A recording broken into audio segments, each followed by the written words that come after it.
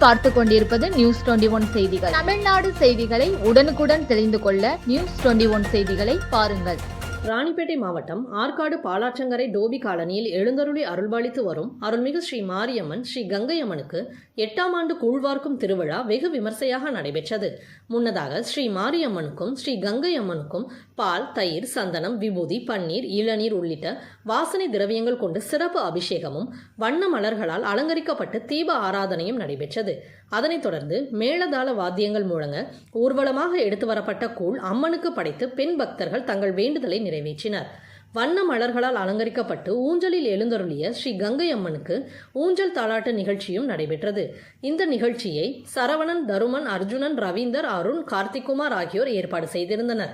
இதில் ஏராளமான பக்தர்கள் கலந்து கொண்டு சாமி தரிசனம் செய்தனர். இறுதியில் அனைவருக்கும் அன்னதானம் வழங்கப்பட்டது.